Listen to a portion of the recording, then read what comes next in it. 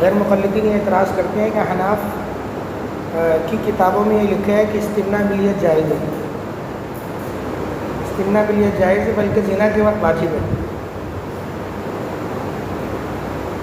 غیر مقلدین یہ کہتے ہیں کہ احناف کی کتابوں میں یہ لکھا ہے کہ استمناء بلیت جائز ہے اور زنا کے وقت واجب ہے، اور وہ جن عبارتوں کو بطور استدلال پیش کرتے ہیں ان میں ایک عبارت البحر الرائد کی اور دوسری عبارت در مختار کی۔ پہلی عبارت البحر الرائد کی اور دوسری عبارت در مختار کی۔ البحر الرائد کی عبارت میں لکھا ہے ان اراد تسکین الشہوتی یرجا اللہ یکون علیہ وبال، ان اراد تسکین الشہوتی یرجا اللہ یکون علیہ وبال، کہ اگر تسکین شہوت کا ارادہ ہو، یعنی شہوت کو ختم کرنے کا یا کم کرنے کا ارادہ ہو، تو امید ہے کہ اس پر وبال نہیں ہوگا، یعنی امید ہے کہ اس پر گناہ نہیں ہوگا۔ اور در مختار کی جو عبارت ہے وہ یہ ہے وَلَوْ خَافَ الزِّنَا يُرْجَى أَلَّا وَبَالَ عَلَيْهِ، اور اگر زنا کا خوف ہو تو امید ہے نہیں ہوگا اس پر وبال، یعنی امید ہے کہ نہیں ہوگا اس پر گناہ۔ وَلَوْ خَافَ الزِّنَا يُرْجَى أَلَّا وَبَالَ عَلَيْهِ۔ تو ان دو عبارتوں کو لے کر کے یہ ثابت کرتے ہیں کہ حناف کے ہاں استمناء بلیت جائز ہے بلکہ واجب ہے زنا کے وقت، زنا کے خوف کے وقت۔ احناف اس کا جواب یہ دیتے ہیں کہ در مختار ہی کی عبارت ہے جس میں ہمارا اصل مذہب ذکر ہے۔ آپ نے وہ عبارت تو دیکھی نہیں اور اس عبارت سے استدلال کیا جو ایک تو واضح نہیں ہے اور دوسرا یہ کہ وہ ہمارا اصل مذہب نہیں ہے۔ در مختار میں موجود ہے الاستمناء حرام وفیہ التعذیر، الاستمناء حرام وفیہ التعذیر۔ اور حرمت کی دلیل کیا ہے؟ حرمت کی دلیل یہ ہے کہ روایت میں آتا ہے ناکح الید ملعون، ناکح الید ملعون، کہ ہاتھ سے نکاح کرنے والا وہ ملعون ہے، یعنی جو کام شادی کے ذریعے کیا جاتا ہے وہ ہاتھ سے کرنا۔ ناکح الید ملعون۔ اور اسی طرح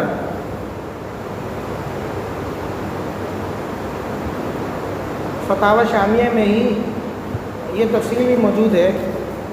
کہ اگر کسی انسان کے اوپر شہوت کا بہت زیادہ غلبہ ہو جائے اور وہ شہوت حد سے زیادہ بڑھ جائے اور زنا میں مبتلا ہونے کا اندیشہ ہو اور وہ جو شخص ہے وہ غیر شادی شدہ ہو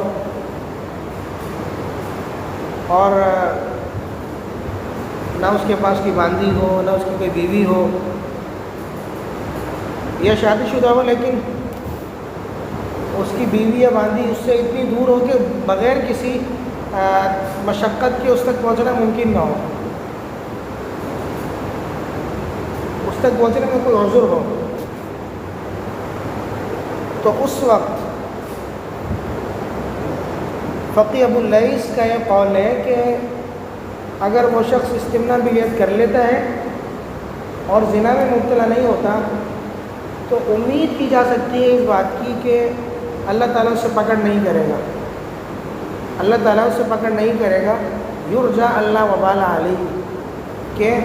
اس پر گناہ نہیں ہوگا، اس پر وبال نہیں ہوگا۔ تو اس طرح کر کے تمام شرائط کے ساتھ اور ایک خاص پس منظر میں اس مسئلے کی حناف نے تشریح کی ہے کہ اگر شہوت کا کسی کے اوپر بہت زیادہ غلبہ ہو جائے اور زنا میں مبتلا ہونے کا قوی اندیشہ ہو اور وہ شادی شدہ بھی نہیں ہے، یا شادی شدہ ہے لیکن اس کے گھر والے اس سے اتنی دور ہیں کہ کسی بھی عذر کی وجہ سے ان تک پہنچنا ممکن نہیں ہے، پھر اگر وہ یہ کام کر لیتا ہے تو یرجا اللہ وبال علیہ، تو امید کی جا سکتی ہے کہ اسے درگزر کا معاملہ ہو جائے گا اور اس کی پکڑ نہیں ہوگی۔ تو اس جملے سے کہ یرجا اللہ وبال علیہ سے جواز بلکہ وجوب کہاں سے ثابت ہوتا ہے؟ یرجا اللہ وبال علیہ کا تو مطلب یہ ہے کہ اگر اس نے یہ کر لیا انتہائی مجبوری کے وقت، تو امید ہے کہ اس سے درگزر کا معاملہ ہو جائے گا اور اس کی پکڑ نہیں ہوگی۔ لیکن اس سے احناف کا مذہب یعنی جواز اور زنا کے وقت وجوب کہاں سے ثابت ہوتا ہے کہ احناف کے ہاں استمناء بلیت واجب ہے زنا کے وقت، یعنی اگر زنا کا خوف ہو تو واجب ہے۔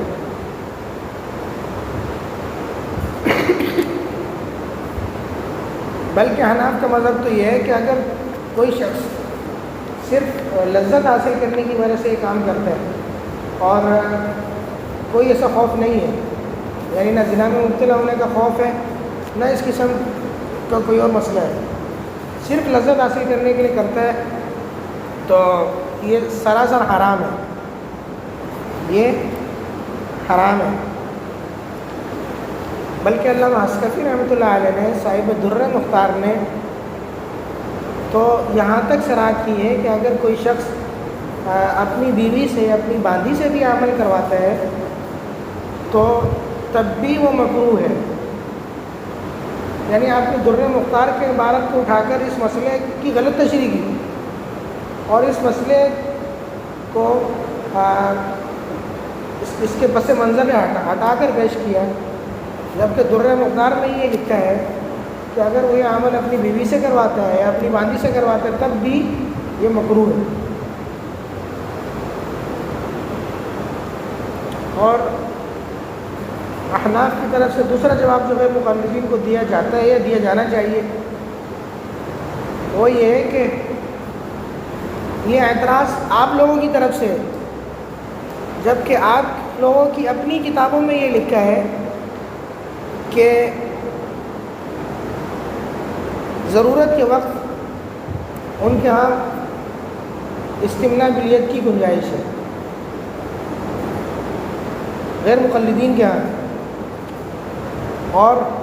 فتنہ یا معصیت میں مبتلا ہونے کا اندیشہ ہو، جس کی اولین صورت یہ ہوتی ہے کہ انسان بد نظری میں مبتلا ہو جائے، ان کی کتابوں میں یہ لکھا ہے فتنہ یا معصیت میں مبتلا ہونے کا اندیشہ ہو،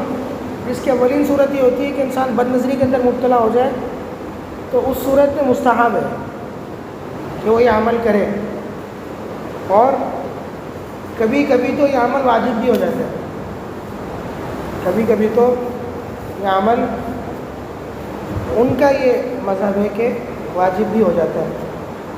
تو آپ کی طرف سے یہ اعتراض ہم پر کیا جا رہا ہے، جبکہ آپ کے ہاں تو خود واجب ہے، ہمارے ہاں تو صرف اتنی عبارت ہے یرجا اللہ وبال علیہ، اس عبارت کو پکڑ کر اور پس منظر سے ہٹا کر اور احناف کا اصلی مذہب جو ہے اس سے روگردانی کر کر احناف کا ایک من گھڑت مذہب بنا کر کے پیش کرنا اور یہ کہنا کہ احناف کے نزدیک جائز ہے بلکہ خوف زنا ہو تو واجب ہے، تو یہ درست نہیں ہے، اور اشکال بھی وہ کر رہے ہیں جن کا خود واجب ہے۔